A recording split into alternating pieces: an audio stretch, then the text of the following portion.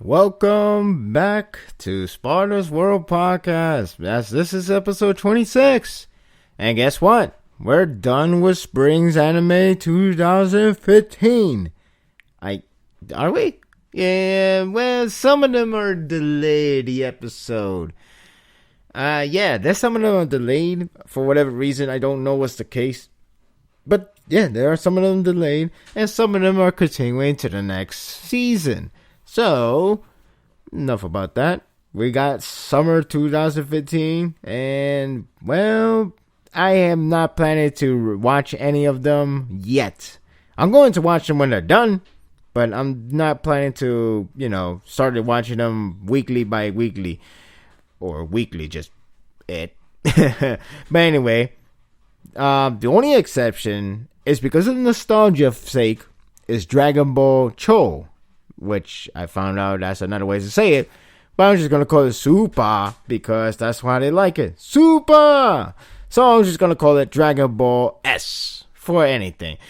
But yes, I'm going to try that out. I'm going to see the very first episode. There is a very first chapter. I still didn't read it, but I'm going to read it over the weekend. I'm going to read that, and then I'm going to watch the episode, and I will give you my review on my extra. I will talk about in the extras and see what I think about the episode and what I think this will catch on. Would this be a good idea? It is milk. Don't worry. I understand. It is for money, whatever. But, sometimes you could have some passion with your own work. Maybe, just maybe, Akira Toriyama, despite the fact he's not really behind it, but he did get the script and everything, whatever he did, he gave the draft, whatever you want to call it, he gave the ideas to the guy to handle the Dragon Ball series, and make it into an anime, as well as even have the manga adaptation. So, it's like, if you don't like the anime quality, try the manga quality. If you don't like that, vice versa, whatever. So, I'm gonna try both of them I'm gonna try both of them. That's what I've been doing for a lot of different series so far. And, I'm gonna try to catch up before, a lot of series starts to gather up more and more. In fall 2015, I will start reviewing one by one. I will start reviewing and following these animes. And I know I got a few in the top of my head. Definitely One Punch Man, hands down, is going to be awesome. If Madhouse, One Punch Man is going to be awesome. It's the only matter of which is going to be handled better, which I'm guessing is going to be manga. But it's not to say the Madhouse is going to make it suck. It's just that the art in the manga is so good. But, you can't really do everything exact. But hey, I could be surprised. You never know. But anyway, enough about that. Going back to summer, I'm just going to focus on Dragon Ball Super for the time being. But there's another one that you should check it out. We have God Eater, which is coming from Affordable. I think that's how you say it. This is the guy that just finished off with Fate Stay Unlimited, Blade Work, or stuff like that. Now they're going to do God Eater. So, this is based on the game that came out for the PlayStation Portable. And, the first one only came out in the United States, while the second one did not.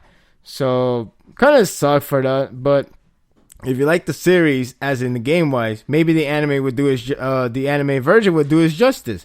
It's only a matter of time. It's under by those guys. Seems like the animation should be A-okay. We also got Durara times 210. I think they say it. I'll be honest with you. I haven't followed much. I had to catch it up. I had to catch up on that. So, but I can see where many fans are excited for this, and you should be. It is going to be cool. I did like the series. I didn't finish it, but I was liking it already, so I'm going to definitely finish that, and then I'm just going to collect all of them, and then it'll be like one giant pack of collection of reviews based on Durara. We also even have Gangsta. This was like in a top 10 list for the Anime News Network poll. They have put, I forgot which number they were, but it was definitely in the top 10, and it's it looks interesting. It's a seinen, and it looks interesting to the concept, the story, the art looks good. So I'm definitely gonna want to try that out. Whenever it's done.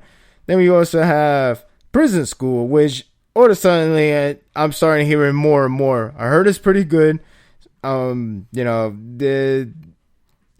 made by JC Staff. Should be good already. So they're really doing a good job. With the other animes they have done before, or rather doing one right now, which is Sokugeki no Soma, which is doing good so far. I'm liking how they did it. They put a lot of music into it. Of course, the art cannot match to the manga, but they still do good. It's not like it's offensive. It's still good, and I'm happy for that. So, Prison School with those guys, I think it would be okay. I think it would be handled well. I'll probably check out the manga as well if it really interests me a lot with the series. And there's a lot more. I just don't know them as much. I gotta just research more of these series. You also got the Working, A1 Pictures doing it. It looks good. It's the third season, so should be known for whatever it is from the fans already with the first 2 seasons. And that's all I got. There's also continuation series from the spring 2015. Shokugeki no Soma is still going on just for one more season, and My Love Story is also going along for one more season. So yeah, at least there's some good ones, and they even have all these movies, especially the movie that a lot of people are so hyped, and that's the Boy and the Beast. That looks so good. I really want to see that movie, and it is being so heavily hyped. It has a lot of hype. It has a lot of potential, and a lot of people are really banking on this to be awesome, and I'm definitely one of them too. So, but that's just a movie. I can't go there. But if they release it in the United States, like in the limited theaters, I'm definitely gonna go for that. And if you like the Haikyuu, you can see the retelling story of the first season. Well, I think it's the first half only. I'm not sure which one is it. First half, second half, I forgot. But if you love Haikyuu, you can see that movie again just for the hell of it, because it's awesome. So, and there's other movies, a lot of shorts, OVAs, all the other good stuff. And yeah, this seems really good so far this summer. I know October seems like a very high potential to be awesome, but the summer one looks pretty good so far. It looks promising. It looks like a lot of new material, a lot of returning series and whatnot. So I can't wait to start watching these things when I really have the perfect time. I'm definitely going to have the more time in the future, and I'm really looking forward to a lot of them. Alright, so let's get to the review of the chapters. Let's go with Boku no Hero Academia. No intro, but let's just do it right now. So, without any song introduction, this is Boku no Hero Academia chapter 48. This was a good chapter. A pretty good one, actually, with a lot of interesting tidbits that could happen in the future due time. Especially with the idea with the All Might secret that he hasn't even told Deku, which seems very significant. And it has, and it does show off with the other characters where they're going with their nomination and trainee, which is nice to see, like, other characters that's not just always Deku. And it's actually kind of funny how to see some of the characters where they get, and then future potential for what they're going to fix about. So it does seem like it has a good sign for the future.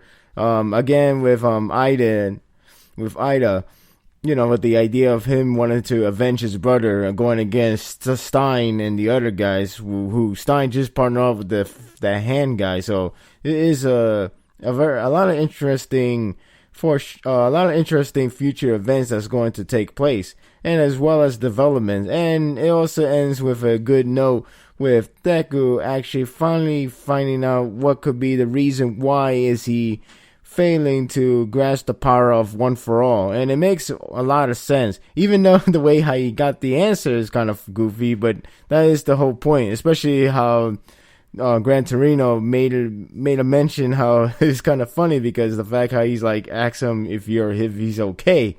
But other than that, there's a lot of good tidbits, moments, and a really good illustration as well. So this was a really good chapter. I enjoyed this much.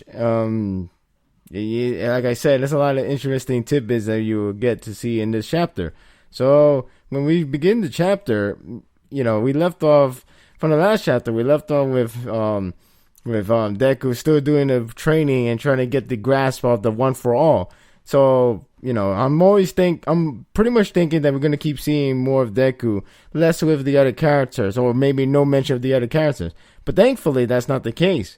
We get to see Bakugo, who meet up with the the best genius, the number 4 hero, and already at the beginning he doesn't like him. So what a good start. But then again, it makes sense why he doesn't really start off don't like him, as he actually mentioned that Bakugo does have a two side of him. He has the hero as well as the villain side, and it makes sense because of course look how he acts throughout the entire series so far. So thankfully this is going somewhere. I can't say his attitude would change drastically. Like, oh, he's all calm and nice. One of those things you really can't do those huge change. Maybe you could tone it down. That's what you could do. But his good nature needs to come out more. And, not too much of a very asshole-ish nature, which, is weird because the first chapter you see him, he has that too, but the part where he almost got killed off, you got that expression of feeling a little bit sympathy for the guy who's about to die. And we don't get that anymore throughout the thing. Instead, he's always pissed off that in every good challenge that could have happened, it never happens for him, which is upsetting him. So we got the idea they're gonna do something to work around about this evil and good side of him. Then we have the other hero, the other side with the Force kind, talking about this whole talking about the entire the whole government, is focused on the government with that scheme, the service way and whatnot. And the funny thing is, it seems like these two just can't get away from each other. The Tetsu and Krishma, they happen to just bump each other into the same nomination. And basically this is one of the main case where they just address that yes, you can make 2 nominations, so they could end up in the same spot. More people could end up in the same spot. It's not like everybody's always in their individual place. So there's no maximum number, or at least there can be at least one. But it is funny that these two just doesn't get away from each other. Meanwhile, we have Uraka going with Gunhead because she wanted to improve the stamina, the fighting strength. And this guy is a battle hero, talking about going through inspections by specialized agency and all that good stuff. And just kind of funny how after all that talk, she just say like, well, the way he speaks is so cute. That's kind of, I don't know why, it's just so funny to me. It's just so subtle ways to make me laugh or like that. Then we even have Uabami, who's a snake heroine, and I didn't even realize she has snake on her head. And it seems like all promising that what she's gonna do and everything, until that she's about to film a commercial. And yeah, Momo seems like very into this whole thing, even though it doesn't sound so drastic, but hey, whatever floats her world. And yeah, that's what we got from these tidbits. A lot of the heroes actually pick a nomination. It has a different criteria, which actually makes sense for their characters, especially how they what kind of lesson they learn from their tournaments. And I'm happy that we might see a lot of good development for these characters, especially Bakugo. Hopefully he'll change for the more better. I mean, I don't really hate him, but I don't want his personality, I don't want his attitude to be too much of a loudmouth. I don't mind if it's comedy, but if it's like a 24/7, it needs to tone down at a certain point. But we'll see how that's gonna work out in the end. It's interesting we didn't see Shoto one, but we did. Did we? Try to remember. No, we didn't see. But yeah, we didn't see Shoto. I'm wondering what he's doing right now. So we're going back to Deku. Makes sense because he is the protagonist and he is the one that we really got to focus the most because of this whole one for all power training is something that's really hard to reckon with. And Deku is ended up going overnight to his working out how to control that power, even though Gran Torino is obviously sleeping, and he just keep working. He went to the alleyway, trying to do like a what kind of those wall jumping, and it's kind of again this is like a actual timeline with ours, and you such to uses those cultural references such as Mega Man X. He actually make a comparison to Mega Man X to I gotta do what Mega Man X does, just jump around like that. So yeah, you get references is at least it's something we could literally relate unless you're not that much of a gamer, but there's a lot of game reference in this series so far. We got that whole Mario Brothers thing, the whole Mega Man just now, and it won't be the last.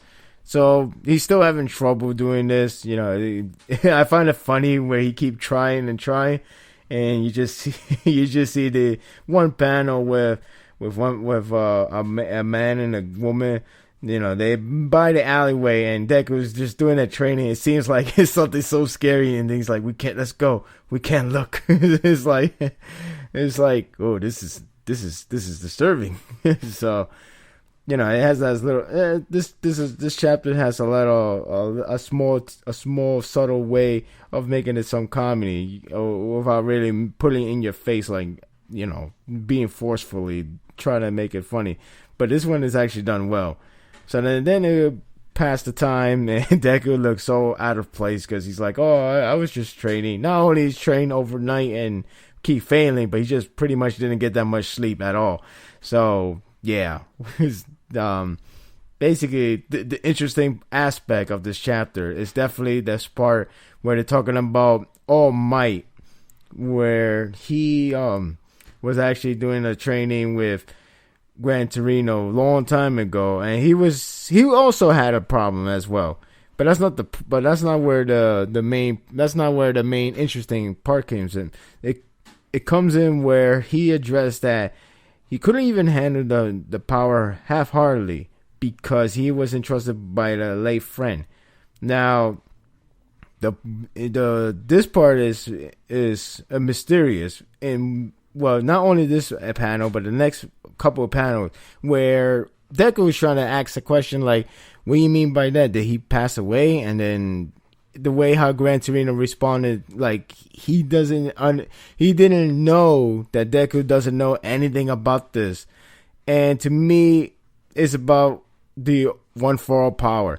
Something tells me that one for all power is great because the fact that you could pass it down. However, I think if you pass it down completely, I think the user may end up dead, I think that's the case. I don't think it's gonna be something like, oh, did you know the one that passed down to All Might, it was your father or stuff like that? I don't think it's like that. I mean, it could happen that way, but I think it's best to be like the first one I said, the one I just finished already saying, because it seems more interesting that way, and it just makes it more pressure on Deku, because Deku seems so happy with all one for all, even though it's so hard to control and everything about it. But the fact he gets a quirk just like that and get handed in by All Might is a blessing to him. He's a huge fan of him. But if the power of passing down leads to the death of the predecessor, it's gonna scar him. Especially All Might is the one that's doing it. But again, it's hard to say, but it seems likely that's the case because the way how it's being written, the way how it was being said, saying he was being entrusted by a late friend. So that means, he passed it down because his time was done, and then he just ended up dying. and obviously if All Might, or should I say Toshinori, since he didn't tell him, because obviously that's something that you don't want to tell a kid. It seems like the saddest thing to hear. And not only that, Deku is a huge fan of All Might. And Deku is one of those rare people that really, really wants to be a hero. And not only that, but has to come from the ground up of having no quirk. So it's like seeing his own self. All Might seeing himself within Deku. So it's going to be interesting to find out what is the truth behind that. But if what I said is correct, then it's going to be something. I won't look forward to it. I mean, I'm looking forward to it realistically, but won't look forward to the reaction, because it's going to be probably heartbreaking, depending how he's going to do this. The mangaka can't really make this emotional. He could really draw so well to make it very strong. But we'll see what happens. So basically, they got a new microwave because the other one got broke. Oops! But they got a new microwave, and they want to microwave the, I think it was like fishes. They want to fry taiyaki, as they want to put it. Yeah, they the taiyaki for breakfast. But hey, he wants to eat them, so they put it in there. Deku managed to put every single one of them. I think there were like 4 or 5. I think there were 4. And then he put it inside there, and then it was still cold. Now, this is the funny way to find out how he figured out what's wrong with the entire concept of One for All and what he's been doing for a while. This is one funny way, because this series is, it does have some really funny gag in there to make it work. But it works. It really does work in this series.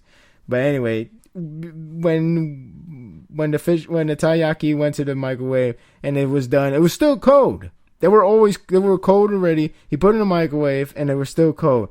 And Gran Torino was like, "What the hell? It's still cold." Then he said, "But I put all of them in. I defrost them." He said, "You put he just like pretty much he put all of them in there. He just jammed it. What a lot of people would do. But the thing is, if it jammed by there, it won't turn properly. It would just be like, it would just get stuck. So the only part that would get hot, the only part that would get hot, you gotta make it spin. You gotta like spin around. It doesn't matter if it here, ding, oh, it's done. It has to do its job. It has to do something. It's like if I put something in the freezer to freeze something, but it's not working, and then when I take it out, it's not freezing. Why? Because it wasn't working. All because it's called freezer, it has to have something. It has to do its job. Or like another example, like put it in the freezer, but I put the temperature in the lowest for the freezer, and it didn't freeze fast enough. Of course not, because you put it low. So in this case, this is where they could find out the problem with All Might, and it was hilarious the way how he did it. Because again, it is kind of funny to just get the answer from this, but it's actually funny that how he's trying to explain it to the Gran Torino in the beginning. And the guy's like, no, you okay, kid? So he's like, oh, no, that's not what I meant. Then he starts to explain, but it's just funny how he's trying to make it so impact because he find out what's the answer. But the way the Gran Torino's like, no, kid, you okay? So, yeah, but he explains how it works, and it makes sense because when you think about it, he always focuses on the One for All in part of the limb, but he never ever done it throughout the body. So now he's gonna try to use the entire body to use the power effect. Because let's face it, that power is great, but if it's so great, you cannot just do it on one limb. You can't do it just on the hand. That's pretty suicidal, or more case very risky, because you're gonna break his hand. He's gonna break his hand. That's what he's been doing throughout the whole series so far. Now he's gonna put all throughout his body. So he's gonna try to get used to that, and then he's gonna test it out for the next chapter. So it's interesting to see that he finally make a progress. Interesting tidbit that we maybe have to wait for a while, but definitely something to look after with this whole secret behind One for All. Perhaps a secret behind One for All, or maybe it's just a secret behind All Might's old friend, old companion, the one who had been entrusted to the old One for All, and everything else about the other characters from the beginning of the chapter. So yeah, pretty good chapter. I'm really liking this. This is a really enjoyable training arc for Boku no Hero Academia. And so far, it's been going well. Maybe this training arc will go short as well, because it seems like maybe if he got the whole thing down packed, maybe we'll be done with the training, and then we get back to the real arc with 2 bad guys, and maybe even more villains. So, and it's just a lot of interesting route. I hope whatever the next case for the next arc will be, I hope it be so good and explosive to the point that everybody has to try to check this out. So here's hoping whatever it comes, it's gonna be explosive. Just explosive.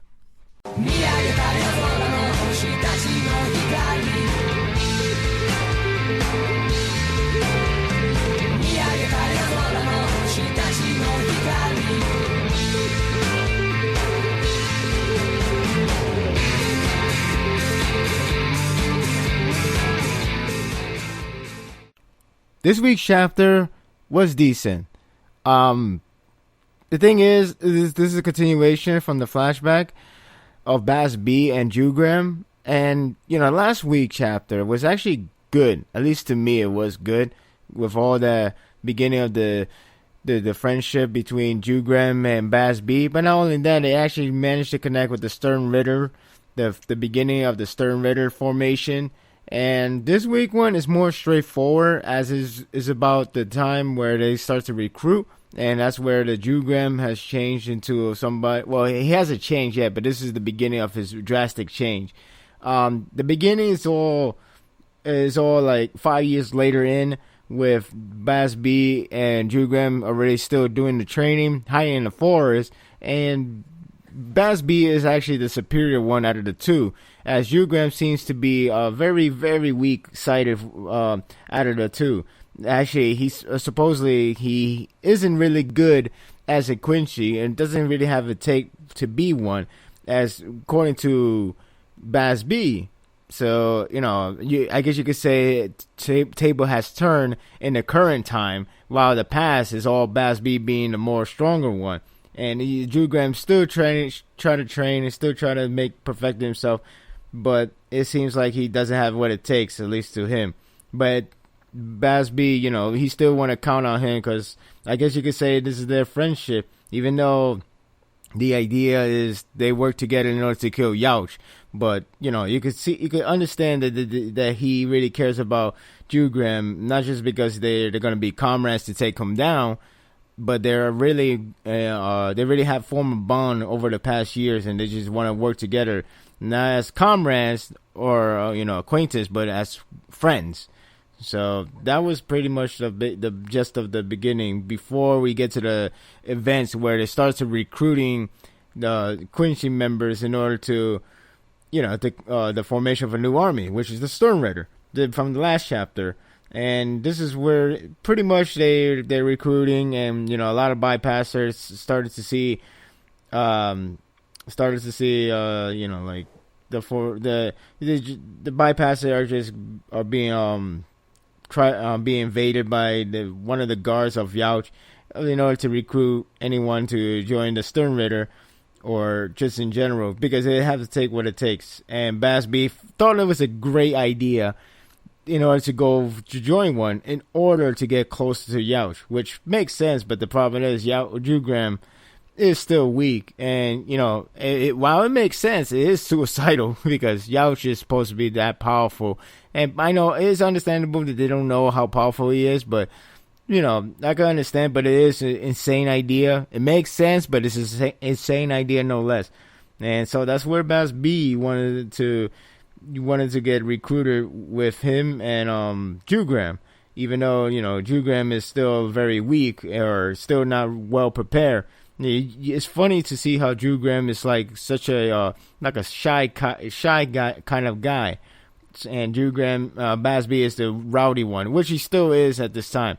the current Jugram is very strict, and it seems very followed by the books. In other words, a really right hand man of Youch, which actually relates to the ending. But now you see the bystanders just telling them this is crazy how they want to get in the Stern Ritter. And one of the guards just think is one of the guards is like the examination is later on, and he has work to do. So, basically, Basby don't want to take time and don't want to waste any time in order to get into Stern Ritter. So he want to challenge him and giving him his thoughts. And they was about to fight each other, and Basby gives some line of, he liked the ring of soldier kill in battle with a monkey. I never heard of that kind of line, but that's one. So it's just weird. But yeah, they're gonna fight each other. They were supposed to fight each other, and then Jugram got scared that Basby might end up getting killed. Instead, he got floored by none other than Youch, which I actually appreciate the art in this chapter because of the way how the intimidation they made out to be from Youch, especially this when you look back, Youch hasn't really been touched, or he got touched but not as bad or not into the weakened state. So he has been served well in terms of building the hype of how powerful he can be or how intimidating he can be. And in this case, this is where Youch appeared, and he basically only his Raietsu, he make everybody kiss the earth. So yeah, that pretty much proved his point how powerful he is. But again, ever since the beginning, he never really got not downplayed or anything like that. He has a lot of mysteries, especially how Mini Quincy relates to him or how he is literally connected and stuff like that. So when at least they keep it up that way. Kind of looks cooler when he's younger. I know a lot of people like that goatee. That goatee design, but now we have the new design with multiple eyes. Unless if I remember, I think he calmed that down. But still, that's what we have right now. And the guard's trying to apologize about the whole, not trying to, the fact that he was trying to accept the challenge. He accepted the challenge of a little kid, so he apologized that. Luckily, Youch found somebody, so it's not like he took on him. And Basby got the idea that it would be him because he is the strongest out of the two, or strongest one in there. But instead, it ended up being Jugram, which Jugram has a face of like, why me? And he knows him and pretty much calls him the other half. And that's how it ended. It's straightforward, but I thought it was decent enough because, the entire, the art helps. The art was actually nice in this one. And it didn't do, you could kind of say it wastes a lot of space, but I think it shows the intimidation of Youch. And it shows like, a lot of dialogues with each panels and more or less. And showcase how like serious they are or the state of actions coming from Basby or like other characters in order to to demonstrate how much they really wanted to take their course of action to a serious route. Like Basby really wanted to, like Basby stopping the horse and everything in order to get the whole joining the recruitment of Stern Ritter and everything else, especially the Youch scene where he made everybody literally bow down to him. So yeah, and there's a lot of dialogues. The beginning part was really good at, because the whole you could tell easily that Basby does really care about Jugram, even though he's make it out to seem to be only there for the mission to kill Youch, but it's actually more of a good friendship between these two. So, it was decent. It was decent, straightforward. Not too much happened for this flashback, but you get the idea that the next flashback chapter, it will be a significant one because that's where Jugram starts to change, whatever he has become. So, not bad. I don't mind these chapters. I don't mind these flashbacks. I find them to be, enjoyable, and hopefully there will be some connection for the later on events, maybe from Jugram himself whenever he gets defeated by, or whatever that happens. So yeah, not bad.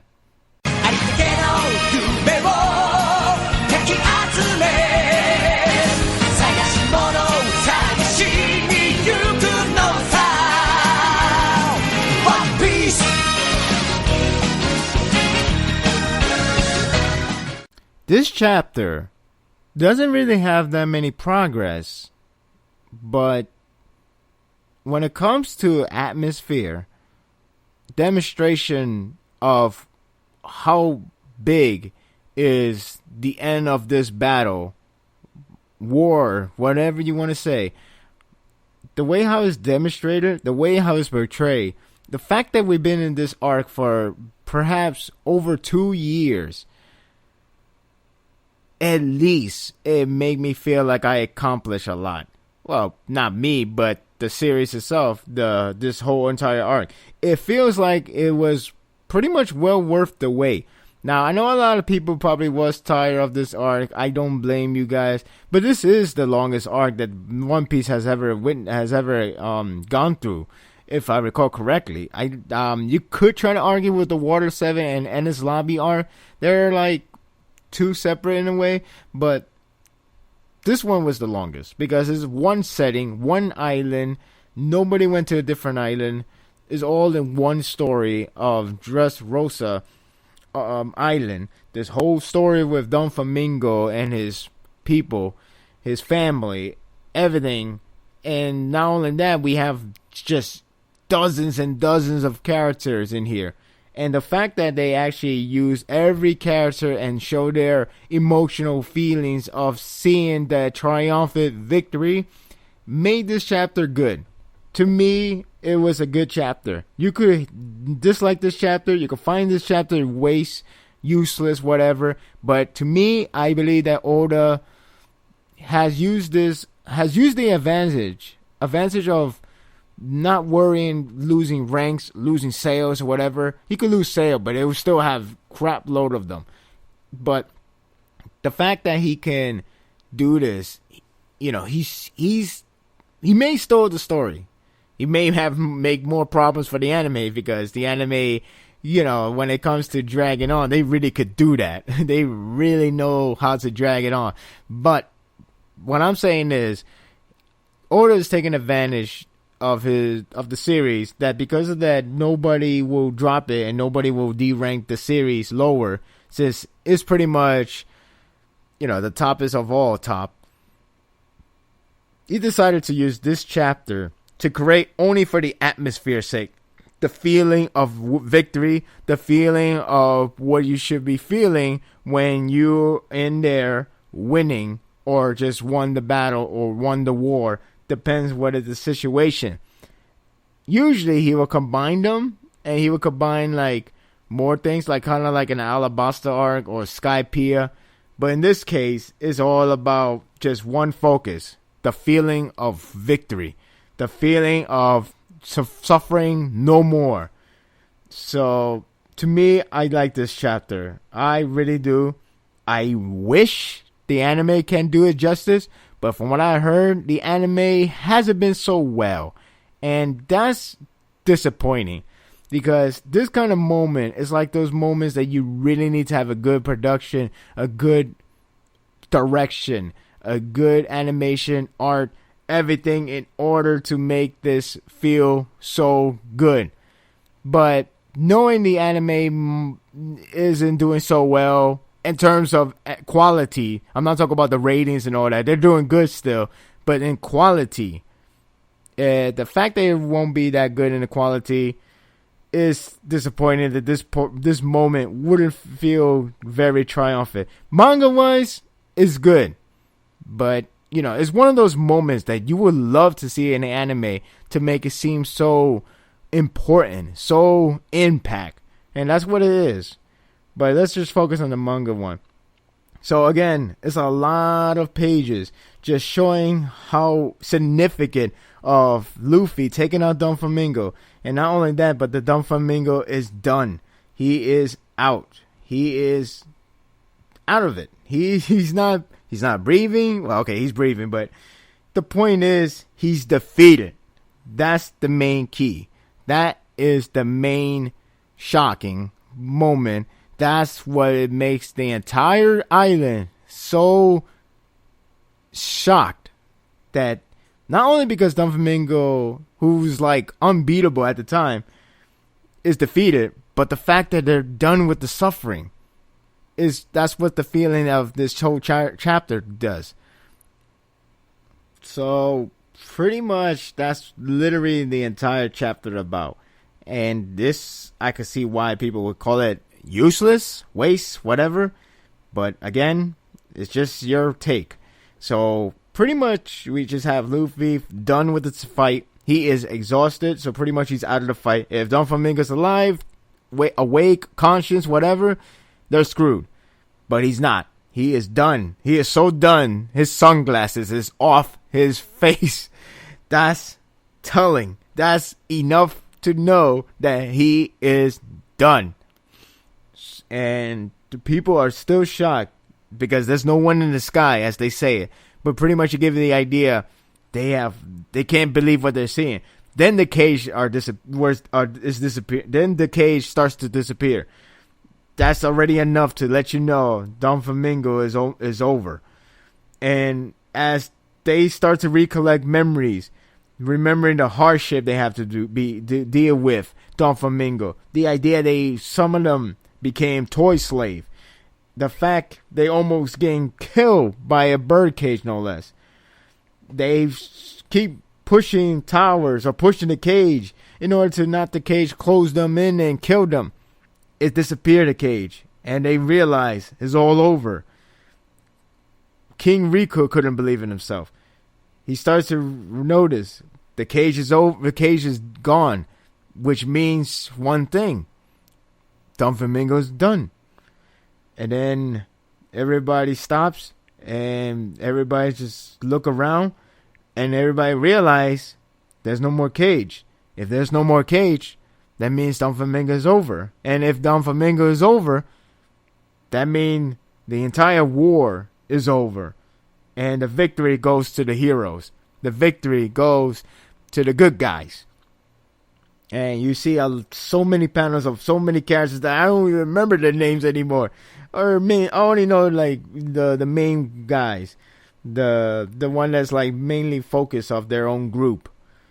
And Gat's supposed to announce to the world, well, you know what I mean, announce to them that Luffy has won, or let's just say Lucy. But he's so astonished that he can't even talk. He can't even announce it because it's over. And I like that feeling. I like that feeling of all of them have to deal with hell for so long, and when it's all over, it gives that feeling like we did it. It's finally over. Something you should have seen in one of the other series with a huge 4 years of war, or if not 5 years war. But I'm not going to even talk about that. You should already know yourself.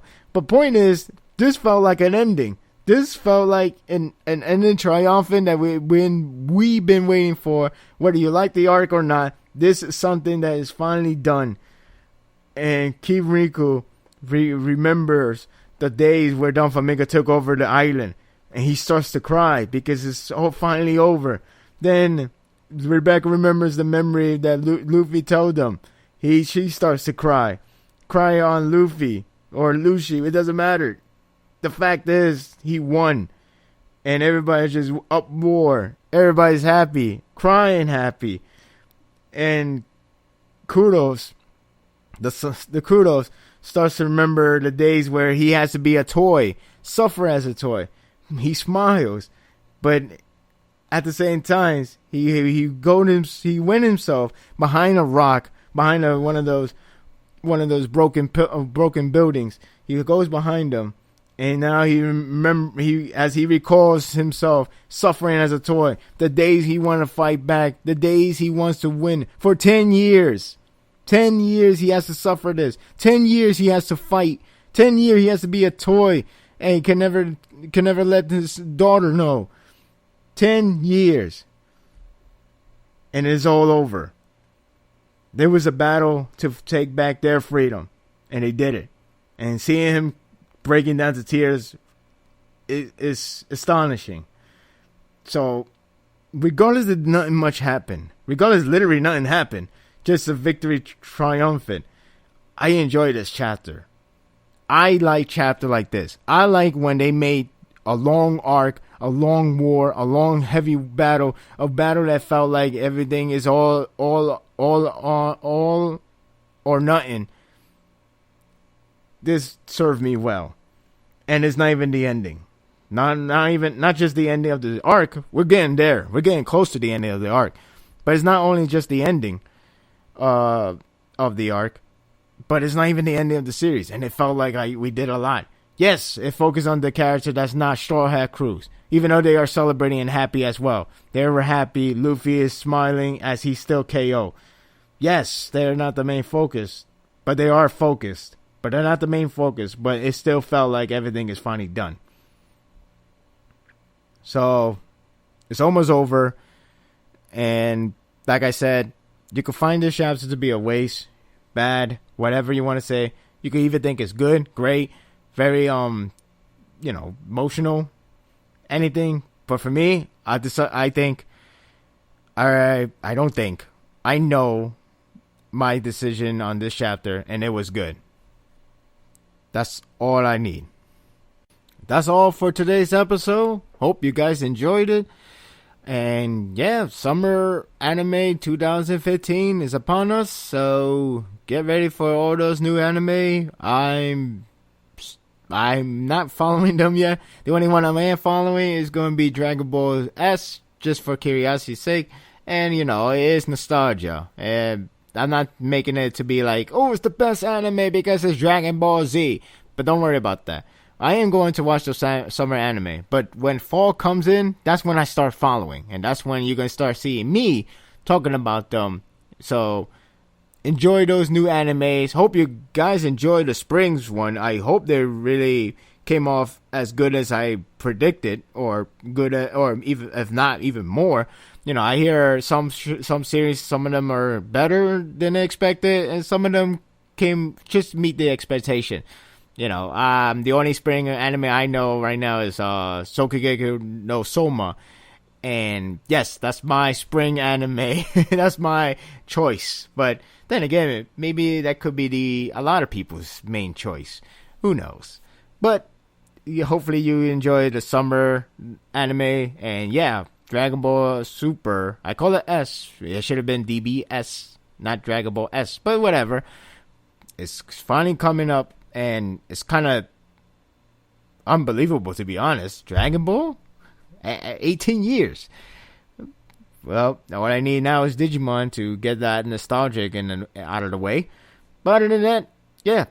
So, subscribe to this channel if you haven't. Spread the words to everybody else. And that's it. That's all I got right now. And I'm still happy about my promotion. So yeah, that's it. All right, that's it for now. And until then, I'll see you next time for more Sparda's World podcast. Take care, everyone.